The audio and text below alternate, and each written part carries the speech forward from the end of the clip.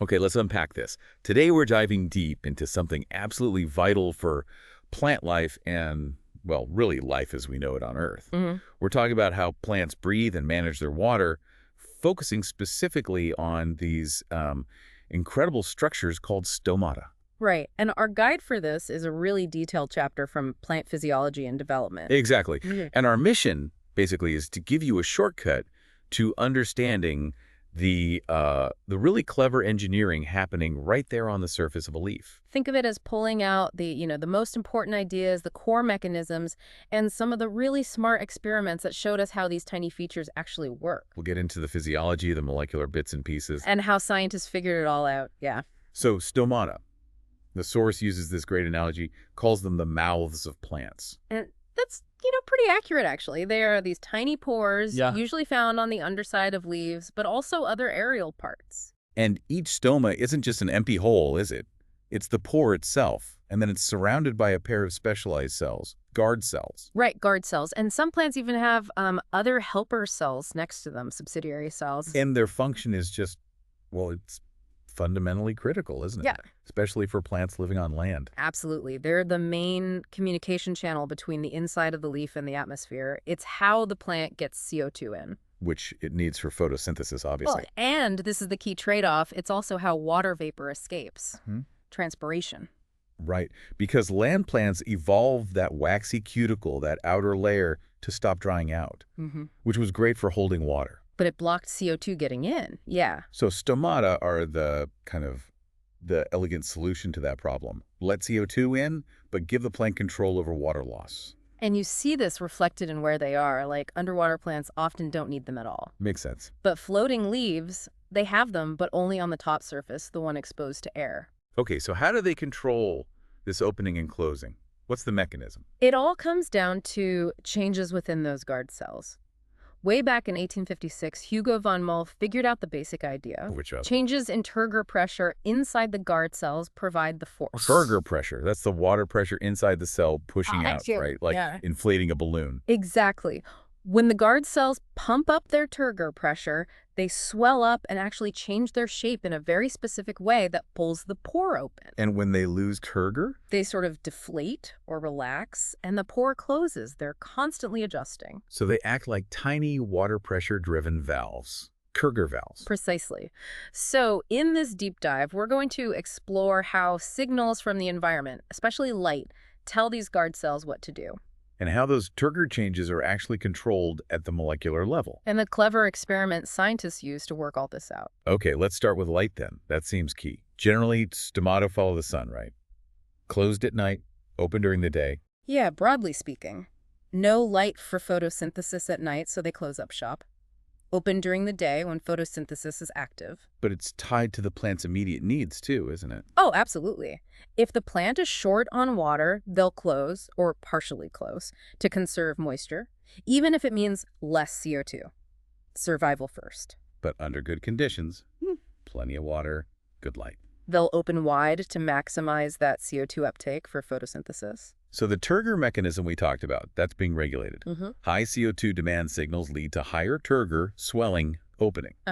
And signals for water conservation lead to lower turgor, shrinking, closing. And you mentioned light is usually the main signal for opening. Under typical temperate conditions, yes. Light is the dominant stimulus telling them to open up. And the source points out two main ways light does this. Right. First, there's photosynthesis happening within the guard cell chloroplasts themselves. That contributes. Okay. And the second? A very specific response to blue light, a dedicated blue light signaling pathway. Plus, there's an indirect effect too, right? Photosynthesis in the main leaf tissue. Yes, that's important too. When the mesophyll cells inside the leaf are photosynthesizing heavily, they draw down the CO2 levels inside the leaf. Ah, so low internal CO2 is another signal to open the stomata wider. Exactly. It signals we need more fuel. Okay, let's focus on that blue light response. The source mentions guard cells are actually a really good model system for studying blue light sensing. Why is that? Well, several reasons. The response is pretty fast. It's reversible. You can turn it on and off. It's localized to just these cells. And it's important throughout the plant's life. Plus, the signal transduction, how the light signal leads to action, is relatively well understood compared to some other blue light responses. And you can see the effect clearly. Definitely. If you track stomatal opening over a day, it follows the intensity of photosynthetically active light quite closely. But how do scientists separate the effect of, say, just general photosynthesis making sugars in the guard cell versus this specific blue light signal? Well, good question. They use specific tools. One key experiment involved using a chemical inhibitor called DCMU. What does that do? DCMU specifically blocks the electron transport chain in photosynthesis, so it stops photosynthesis. Okay. When they applied DCMU to leaves, it only partially inhibited the stomatal opening caused by light. Ah, so some openings still happened even without photosynthesis. Exactly. That was the crucial clue. It showed photosynthesis in the guard cell does play a role, but because the inhibition was only partial, there had to be another light-driven mechanism involved. Which is the blue light response. Precisely. And to really isolate that response, they use something called dual beam experiments. Dual beam. Sounds complex. It's clever. First, they shine a strong beam of red light onto the leaf. Red light drives photosynthesis efficiently. So you get the stomata opening as much as they can just due to the photosynthetic component. Right. You saturate that response. Then, while that strong red light is still on, they add a small amount of blue light. And what happened? The stomata open even wider. Got it. Since the red light already maxed out the photosynthesis part, any additional opening must be purely from that specific blue light signal. Exactly. It isolates the blue light effect. And by doing this with different specific wavelengths of blue light, they could map out an action spectrum. Like a fingerprint for the response. Sort of, yeah. It shows which wavelengths of blue light are most effective. Yeah. And that pattern, it's got this characteristic three-finger shape in the blue region, which is different from the action spectrum for photosynthesis. It points to a distinct blue light photoreceptor molecule. Interesting. And what about the timing? Is it instant?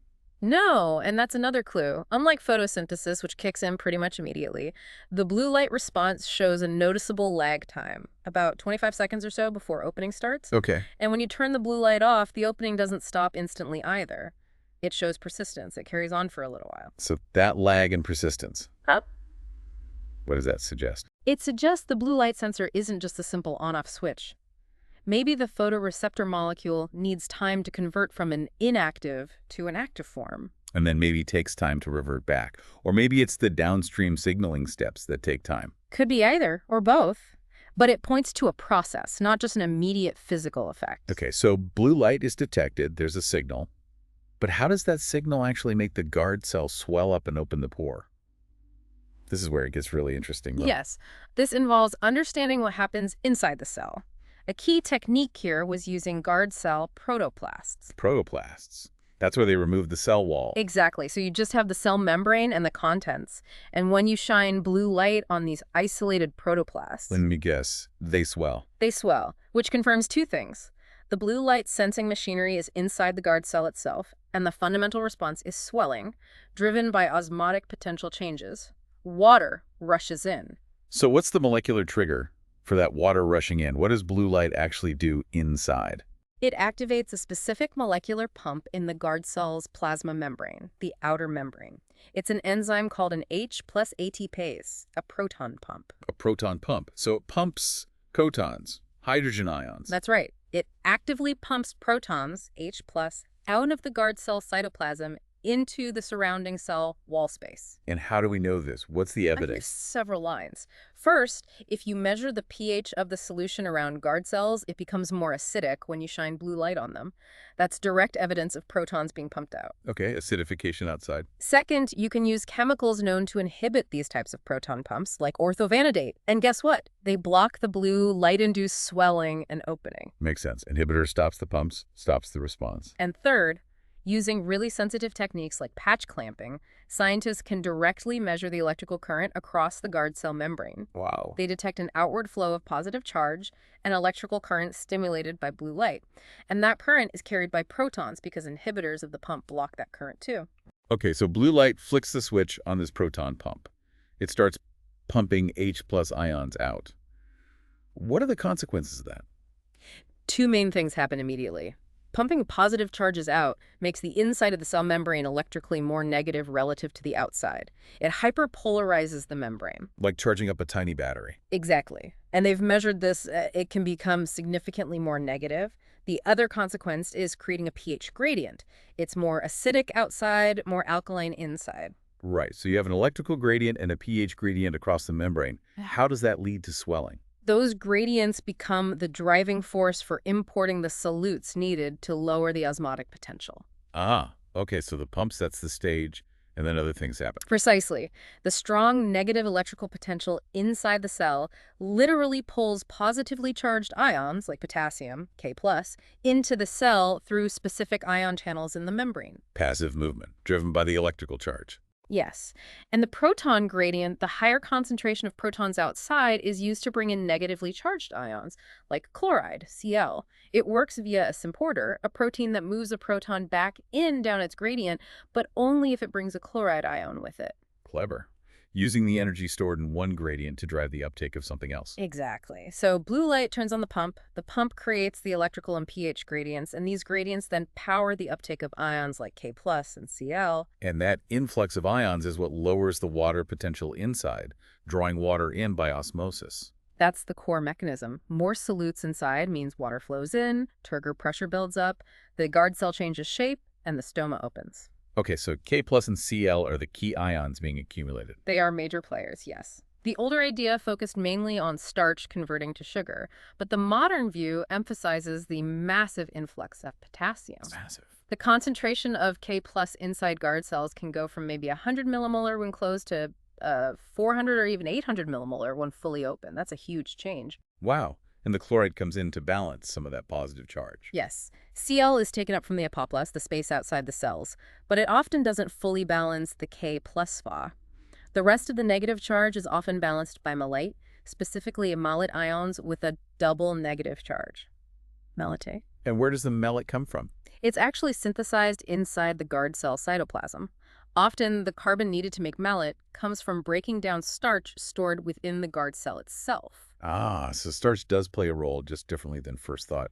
It's a source of carbon. Right. Guard cell starch levels typically decrease during stomatal opening in the morning and then build back up as they close in the evening. It acts as a temporary carbon reserve. Is it always K+ with Cl and malate? Mostly, but there's variation. Some plants, like onions, apparently rely more heavily on Cl to balance the K+ stall with less malate involved. Okay, so K+ stall, Cl, malate derived from starch breakdown. Anything else contributing to the osmotic potential? Yes, and this is important. Sucrose. Regulate table sugar. Sucrose too. How does that fit in? While K+ accumulation is really key for the initial opening phase, especially in the morning, studies show that sucrose becomes increasingly important, particularly later in the day. So the osmotic players change over time. It seems so. You see K+ levels shoot up in the morning as stomata open, but then in the afternoon, K+ levels might actually start to decrease slightly, yet the stomata can remain open or even open further. And that's when sucrose comes in. Exactly. Sucrose concentration tends to increase in the afternoon, taking over from K+ as the dominant osmolyte-maintaining turgor, and stomatal closure in the evening often correlates with a decrease in sucrose levels. Where does the sucrose come from? Can it also come from that starch breakdown? It can, yes. Starch hydrolysis can produce glucose, which can be converted to sucrose, or sucrose can be produced directly from photosynthesis happening within the guard cell chloroplasts. So there are multiple ways to build up that osmotic pressure. Right. The source summarizes it nicely as kind of three main osmoregulatory pathways. 1, K+ uptake, Cl uptake, and malate synthesis. 2, sucrose production using carbon from starch breakdown. 3, sucrose production using carbon fix during guard cell photosynthesis. And the plant might use different combinations of these depending on the conditions. Seems likely. For example, the balance might shift depending on light quality, CO2 levels, or time of day.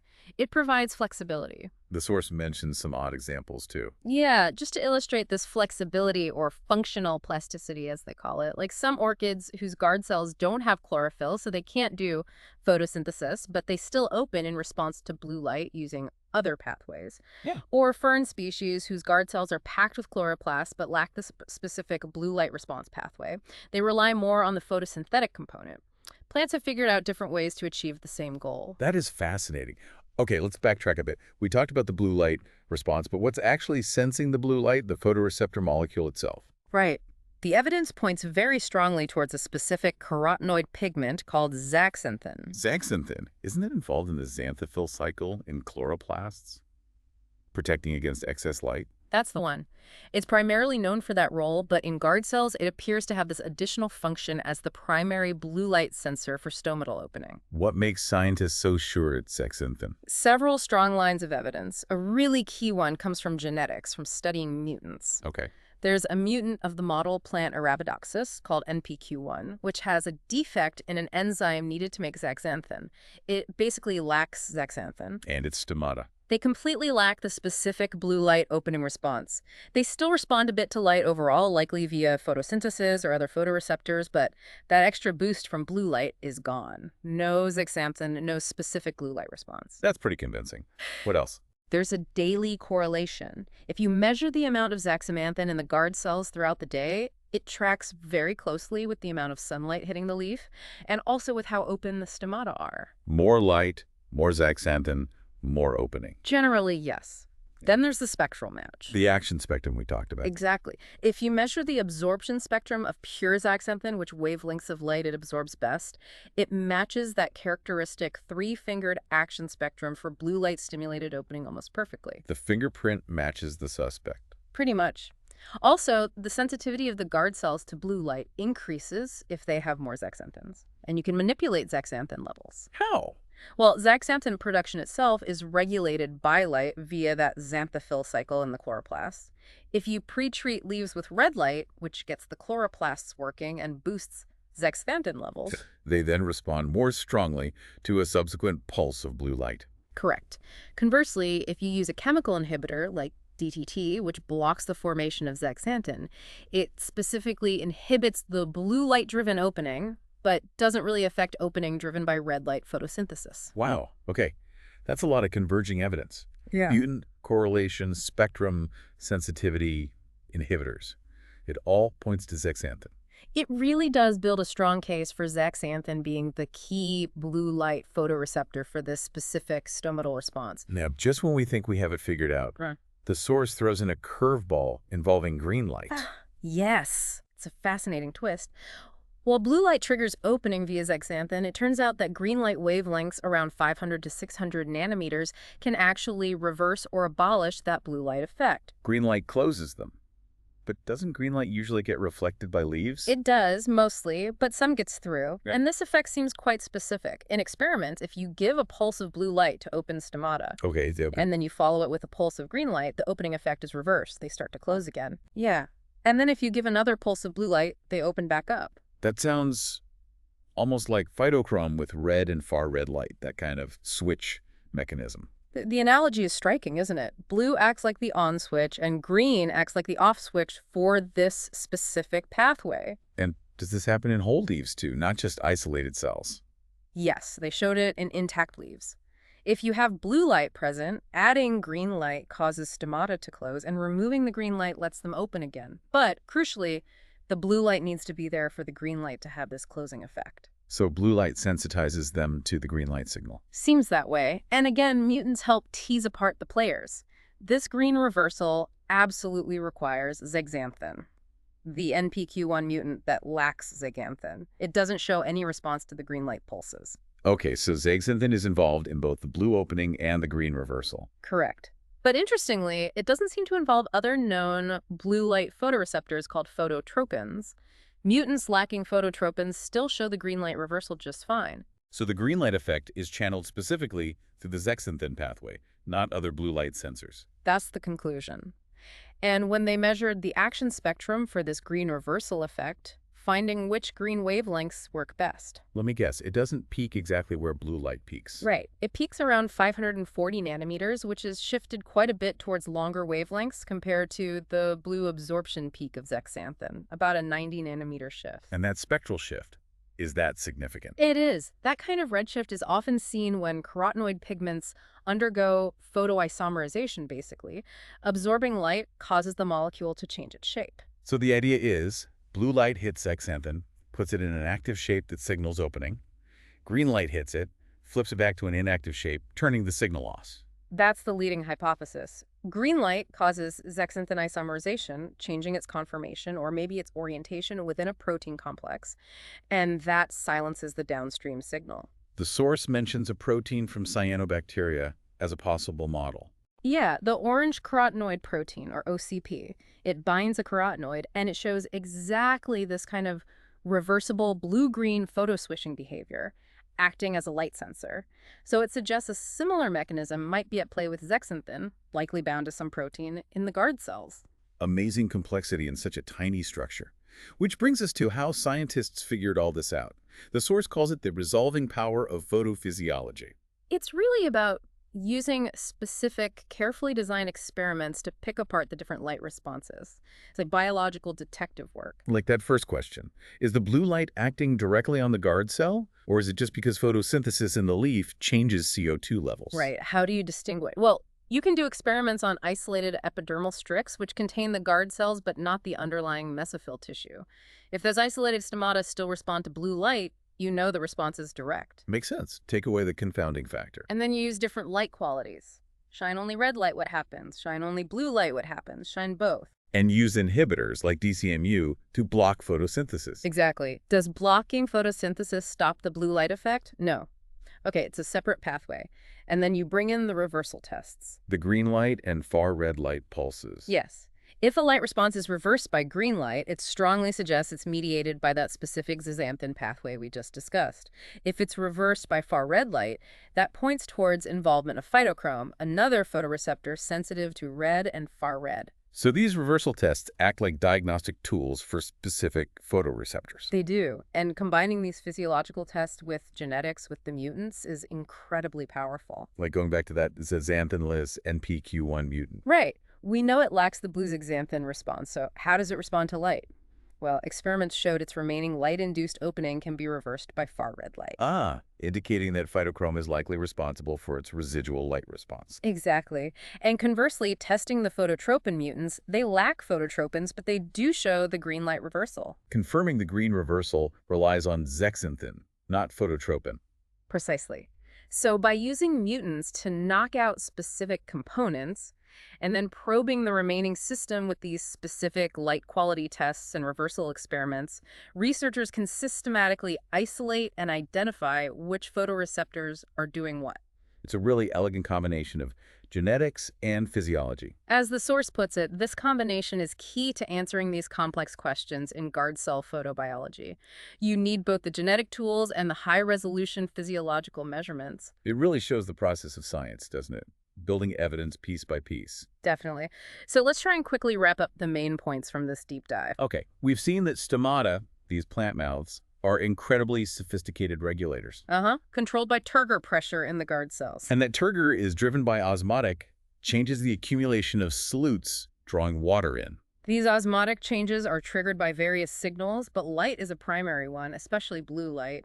And the evidence strongly points to the carotenoid zeaxanthin as the specific blue light sensor in guard cells for this opening response. When zeaxanthin absorbs blue light, it kicks off a signaling cascade that activates a proton pump, H+ ATPase, in the guard cell membrane. That pump pushes protons out, creating electrical and pH gradients, which then drive the uptake of ions like potassium, K+, and chloride, ClS, and also link to the synthesis or accumulation of malate, and especially later in the day, sucrose. All contributing to lower the osmotic potential inside, causing water influx, swelling, and opening the pore. And then there's that fascinating twist where green light can actually reverse the blue light effect, likely by interacting with zeaxanthin itself, possibly causing it to change shape and turn off the signal. It's definitely not simple. It's a whole symphony of signals. Multiple osmoregulatory pathways kicking in at different times or under different conditions, complex molecular machinery. Yeah, remarkable functional plasticity, as the source said. We've covered the core physiology, the key molecular players like the proton pump and zeaxanthin, and the clever experimental approaches used to uncover it all. Absolutely. From structure to function, signals to molecules.